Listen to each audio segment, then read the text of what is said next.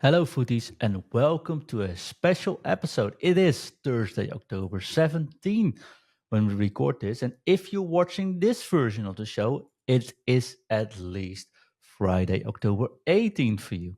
Today, we are releasing a short version of our Patreon exclusive show, The Art of FUT. This show is all about the team at Foot Coaching that is currently Archel, Art in Foot, get it? Nathan and myself, where we discuss all things gameplay and tactics in a far more depth than we are usually able to do on our regular shows.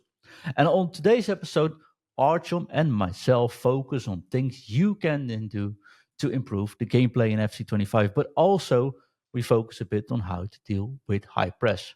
And in the next 15 minutes or so, we pick up on that part of the show, giving all our non Patreon members these tips and an idea about what this Patreon exclusive is all about.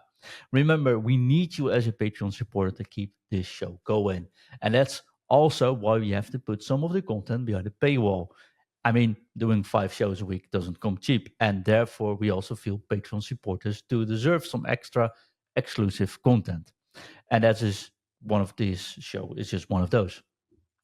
So if you aren't a Patreon supporter, thank you for listening. And I hope you enjoy this little sneak peek of the exclusive content. And of course, starting for about $1 a week, you too can join the Patreon support the show by going to patreon.com/FUT-in-review or search on Spotify FUT-in-review exclusive. And you can sub directly through there. And if you are a Patreon supporter, we thank you very much. And your hour-long exclusive show is already on your exclusive feeds.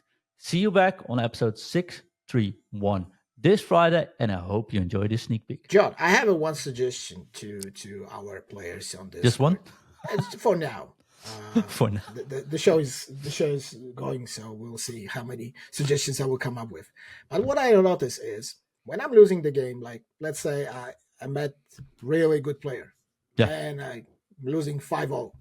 Yeah, it happens to me.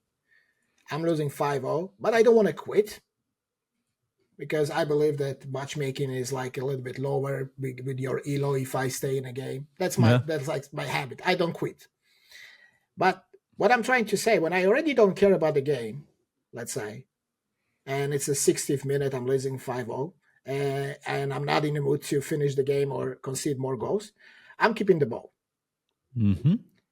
And what I notice is when I don't care about the game, I'm keeping the ball, the possession, against those really high press players, they cannot get the ball from me. Especially in this game. I'm turning to the right way. I'm finding the right players. I'm calling short. I'm sending to the run. I'm making the movement myself. They cannot touch the ball. Nope. And I can keep the 30 minutes, 40 minutes, whatever I need. And they, after 20, 30 minutes, they just give up and just drop the controller also. But what I'm trying to say is you guys think that pressing in this game is very difficult to break. But the reason is because you are forcing plays. You are forcing plays in a wrong situation, in a wrong moments. You're turning to the press. Whenever you turn from the press, you will find the opening. And believe me, how many times you read on the Discord also, guys, how to press? There's like totally different, how to press in this game. I'm losing 1-0. He's keeping the possession. I cannot get the ball. The others, another day you're saying the press is just unbearable. You know what I mean? So it's like, no, it's not. We're losing the ball. We're losing the possession because only of our faults and mistakes, basically. And unfortunately, this is the 80-90% of the goals, how you concede in this game. It's giving the ball away in build up. Yeah, especially in your half. It's very hard to break down the defense when it's structured the way it's supposed to, like in the formation that you're using. It's very hard. The player has to make a mistake, or you have to outsmart him with some really great build-up or some specific runs that you manually send player to. So all I'm saying is just try one game when you're losing for fun. Keep the ball, and you will see it yourself that it's not easy to get the ball from you. No, that's true.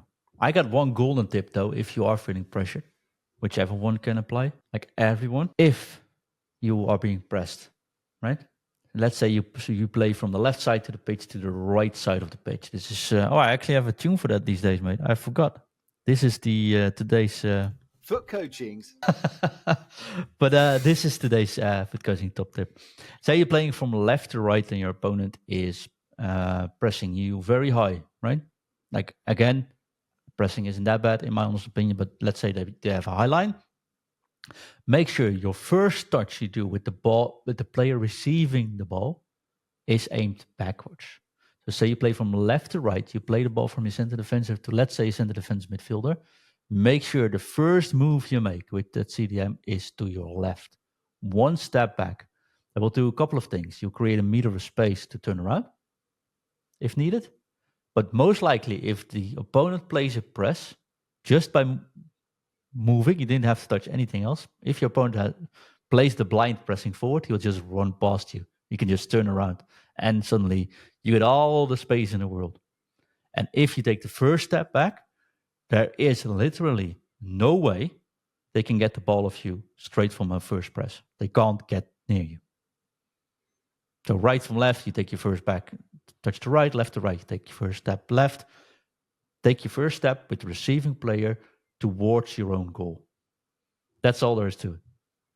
I think if we play a match together and we would try to get the ball of each other, and our target was to who holds possession for the longest, we can't get the ball from each other in this game currently. Oh, if we don't care about the scoring, it may happen. Yeah. If we don't care about attacking, that's exactly what will happen. That's why we're looking at the pro scene sometimes, and the games end up 1-0, 0-0, because whoever scores is just like can do whatever he wants with the ball. Good luck with that. Yeah. Yeah. About that turning back, John, and also I want to address one more thing about it. Don't pass the ball if you don't feel the pressure. Exactly. With a player. Just let him commit with someone. Why are you passing the ball if you have the whole green space in front of you? If you have a space and you're passing the ball, you're passing to the congestion area right away. Because nobody's pressing you, it means they are pressing other AI covered players right now. They're at least covering your available players. Available options. Yeah, exactly. Also from my game, you know what? I use formation with a one striker, right? Well, I'm just trying different formation. Doesn't matter. With one striker. And my bad habit, is I tend to pass to that striker. Like in my build-up, And because he seems like always open. And I watch a couple of my games, and 90% of the time that I'm losing the ball is because of that striker. So what I tend to do right now, even if I decide to pass to him, if I cannot avoid to pass to him, not only I'm turning back, but before the ball gets to him, I'm already looking for another option to just pass back. Because I pass to that one striker, and I'm telling that to everyone who's using one striker formation. Guys, he's surrounded by 5-6 defenders right away. Yeah. And you're not prepared. Your defensive line is not prepared, structured to defend when you lose the possession in that area. Well, no, but if the player you're passing to, that striker, is, for example, on a false 9, then he is available to take the first step back and hold it up. But if that same rule is put, for example, on a poacher, he has still can do it, John. You still can take back and pass back. Harder because he comes from further away. Of course, because he's running away from you. Yeah. So you have to call him short, for example. But I'm just saying it's so easy to pass to that striker because he seems always available when you building up, and it's like he has so much space. But before the ball gets to him, and I'm like, he doesn't have any space anymore. And I was trying to dribble with him. Yeah. I was trying to make specific first touches, whatever. And I was just losing the ball. You guys remember that whatever tactic you're using, your offensive structure is different than your defensive one, right? Where I'm going with this. When you're building up, your players trying to get to that offensive structure.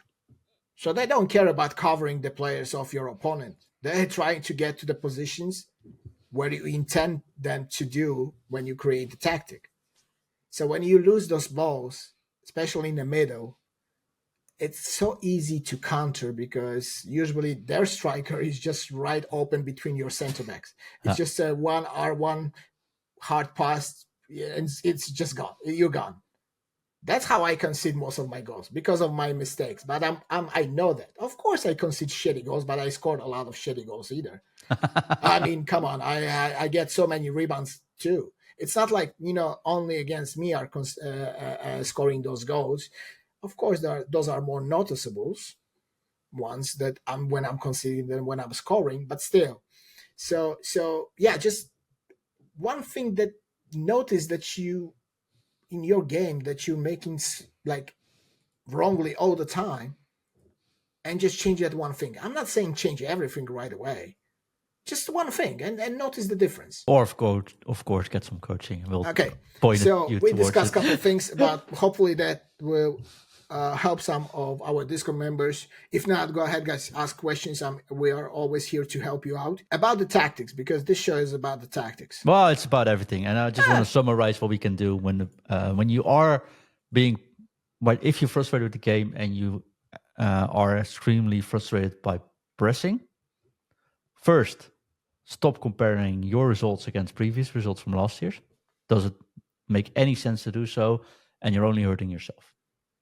Second, stop comparing yourself with anyone else, like in-game, your team, your play styles, your goals, the conceding goals, your pack luck. Stop. It hurts only yourself. Just Exactly. inward looking. In-game, when you are pressured, take the first touch back. Make sure to call the player back, Artyom. Use your goalkeeper. Do not pass the ball when you're not being pressured. When you have space in front of you, move into that space. Stop there. Call a play I will towards you. add one more thing. Yes. Don't dribble to the pressure or to your Exactly. player. You know what I mean? How many times I see myself, I'm trying to, I have a lot of space, and I see myself, I'm dribbling to the next player of mine even, who is congested with other defenders. And I'm like, why are you going there? No. Just turn around, go other way, make a space for him to make a run. I'm bringing my defender to his defender, and suddenly I have no space to move. Start looking for those green spots, guys. I'm every time I'm even recording my tactic videos, I'm always just advising to myself too. Start looking for those green spots. This is your like best friends on the pitch. Those empty areas. No, I agree. 100%. So and don't pass the ball to your striker when he's surrounded by 5 players.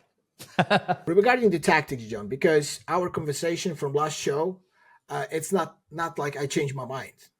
I still think we are kind of limited in tactics creation this year. And what I mean by that is you have to choose. You cannot use like whatever you want. You have to choose. And if you want to play offensively, if you want to play defensively, it's some choices that you have to make before you go to the game. Okay, and I'm not saying it's bad. I'm saying it's kind of lowering our options a little bit when even creating the team. Okay, so it's more, as you said, management part of the team, how you want to create the team, what players you want to use, what kind of formation specifically. But again, like for example, I know you were bragging on Discord that you had used 3-back formation and have 5 wins in a row. Yeah, I did. How many losses you got after that? Still none. Still none. Actually, okay. No, it actually got me in Div 2. So, but so far 9 games played with the 3-back, and I won 6 and drew 3. Yeah. Okay, so I will lose soon enough, though. Don't worry about it. What I'm saying is, guys, for example, John is using 3-back, and it's very difficult this year to use 3-back. All I'm saying is just before you go and touch the 3-back, you kind of have to defend manually. You have to adapt. Which is what I mean. I'm not very good at FIFA, but I'm decent. That's always defender. You know how to defend. You know how to not commit. You know which player to use to cover empty spaces. That's the whole, because it's not 3-back formation like from previous years, guys. You cannot turn it to the 5-back. You cannot turn it to the 4-back. No, you will stick to the 3 defenders. And if you cannot bring manually those midfielders back, and cover those runs of your opponents, you will struggle. It's same thing with the 4-1-2-1-2 narrow. If you cannot use the midfielders of yours who are standing in the middle of the pitch to go and cover those wide runs of opponent midfielders, you will struggle.